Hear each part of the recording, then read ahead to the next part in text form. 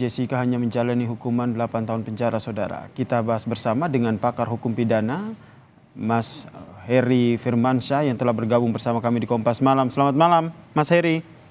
Selamat malam Mas Yaser, Ini salam. jadi perbincangan hingga malam ini terkait dengan Jessica Wongso yang akhirnya bebas bersyarat begitu. Ini kalau kita lihat ini kan Jessica ini kan mendapatkan remisi total ada 58 bulan 30 hari dan hanya menjalani hukuman 8 tahun penjara. Jadi menurut Anda ini bebas bersyaratnya ini sudah sesuai aturan atau loh kok terlalu cepat?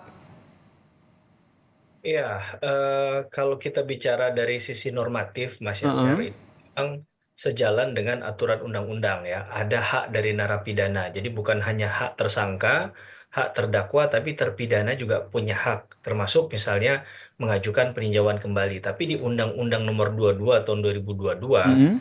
dan Peraturan Menteri Hukum dan HAM 16 tahun 2023 itu diatur salah satunya adalah pembebasan bersyarat atau PB yang kita bahas sekarang ini ya. Syaratnya untuk bisa mengajukan PB itu adalah misalnya berkelakuan baik tadi ya, kemudian juga mengikuti proses pembinaan yang sudah dilaksanakan di lapas, tertib dia melakukan hal itu, dan juga terjadi penurunan tingkat resiko. Itu poin di pasal 10. Kita harus memperhatikan hal itu. Nah, dan sudah menjalani 2/3 masa pidananya. Nah, dalam konteks bahwa secara normatif sudah dilaksanakan, mungkin iya. Tapi Mm-mm. yang menjadi persoalan adalah pasti pertanyaan besarnya untuk skala kasus yang kemudian yang dibidik kemarin di kasusnya Jessica Wongso ini kan ancaman pidananya juga tidak kecil ya. Tadi sudah kita katakan vonisnya bahkan mencapai 20 tahun dengan menjalani 2/3 8 tahun dan sekarang sudah bisa mendapatkan remisi hampir 5 tahun. Nah, inilah logika hukum yang belum bisa terpecahkan sampai pada saat ini karena tadi saya juga mendengar sekilas dari jawaban dari Pihak Kemenkumham. ya Kemenkumham itu kan disampaikan mungkin hanya berkelakuan baik hanya dalam tataran itu. Nah, ini kan masih absurd ya menurut saya Mm-mm. kelakuan baik apa yang dilakukan karena ini perlu dibuka seterang-terangnya ke publik, bukan hanya untuk Kak Jessica saja kan diperlukan PB ini, tapi juga narapidana yang lain juga punya akses dan harusnya memiliki katakanlah hak yang sama untuk memperoleh katakanlah PB tadi. Oke, ini maksud Anda masih absurd ini apa? Ya, tadi dalam konteks berkelakuan baik ini kan terjemahannya bisa panjang tafsirnya, Mas. Mm-mm. Mas bisa mengatakan tindakan A, misal memberikan donor darah itu sudah berkelakuan baik, misalnya kan. Sedangkan dalam konteks itu, apakah kemudian ada disebutkan secara terukur, secara Mm-mm. tepat, tindakan-tindakan apa yang masuk kategori dalam misalnya berkelakuan baik tadi, serta program apa saja yang sudah dilaksanakan oleh Jessica. Ini mau tidak mau harus dijelaskan ke publik karena mengingat bahwa kasus Mm-mm. ini sangat menyita atensi publik di tahun 2016 awal saat itu ya, Mas. Jadi menurut Anda mendorong agar pihak Kemenkumham ini menjelaskan secara detail begitu apa alasannya sehingga Jessica Wongso yang harusnya 20 tahun penjara ini akhirnya mendapatkan remisi yang cukup banyak begitu 58 bulan 30 hari dan akhirnya bisa bebas bersyarat. Ya menurut saya itu rasio yang masuk akal. Ini memang kewenangan. Saya tadi katakan sudah memang ada di aturan undang-undang. Mm-mm. Tapi ini mendapat jadi pembelajaran publik juga.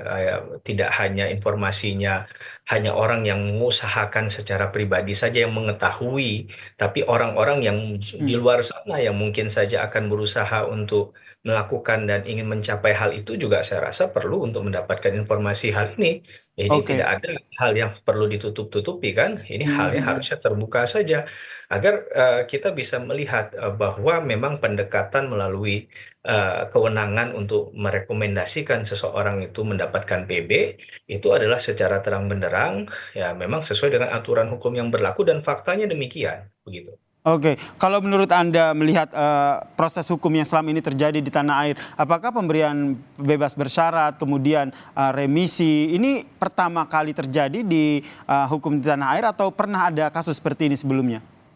Tentunya tidak ya, sudah banyak kasus yang mengilhami kemudian munculnya PP, munculnya undang-undang yang dan juga peraturan Menteri Hukum dan HAM yang mengatur tentang pembebasan bersyarat. Maka ini tentu Mhm. bukan satu-satunya, bukan pertama kali. Mas Yasir, kita juga masih ingat kasusnya kalau saya tidak salah Antasari Azhar ya, itu juga pernah mendapatkan PB memang di bawahnya Jessica sekitar 53 bulan 20 hari.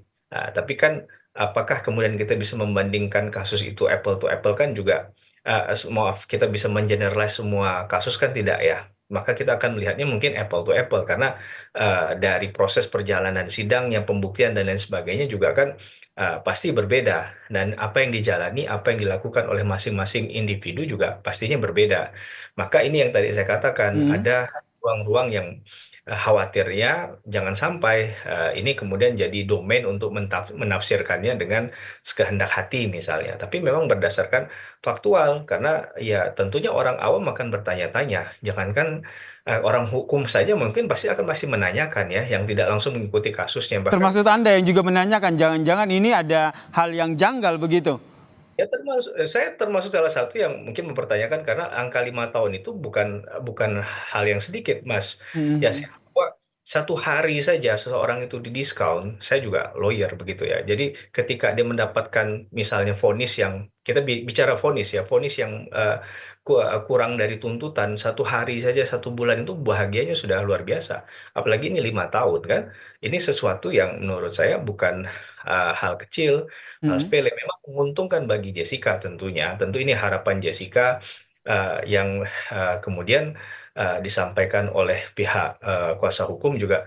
Pihak kuasa hukum juga sebenarnya tidak tahu bahwa akan sebesar ini. Nah, itu juga, itu saja menjadi pertanyaan kita kan, yang mendampingi saja bahkan sampai tidak Mhm. tidak expect akan sampai 5 tahun seperti ini. Jadi menurut Padahal Anda apakah pemberian pembebasan bersyarat ini ada kejanggalan begitu? Bisa disimpulkan seperti itu dan mendorong agar ini pihak dari Kemenkumham itu menjelaskan kepada publik kenapa ini akhirnya diberikan pembebasan bersyarat. Kuasa hukumnya aja sampai kaget begitu. saya lebih sepakat mengatakan begini, bahwa jangan Gimana, Mas? sampai Mhm. membuat tafsir ya, yang kemudian bisa dilakukan dengan sekehendak hati, kemudian juga mencederai rasa keadilan masyarakat.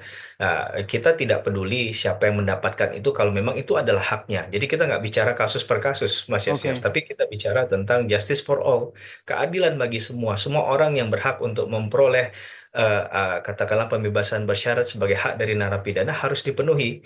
Jangan sampai nanti ada yang mengajukan, tapi ternyata tidak kunjung turun PB-nya atau PB-nya seakan-akan berlarut-larut dalam prosesnya, atau ya tadi harusnya bisa mendapatkan haknya penuh Mhm. menjadi tidak penuh. Itu saja. Nah, jadi kita tidak kemudian menyoal mengapa dia harus mendapatkan PB, kemudian mengapa sebesar itu PB-nya.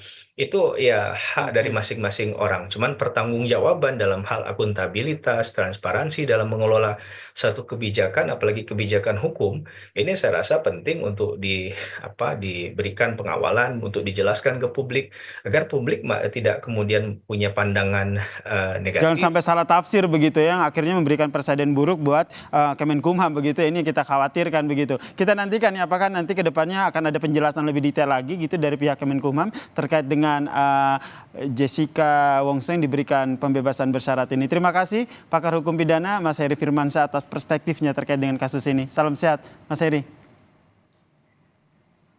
Dan saudara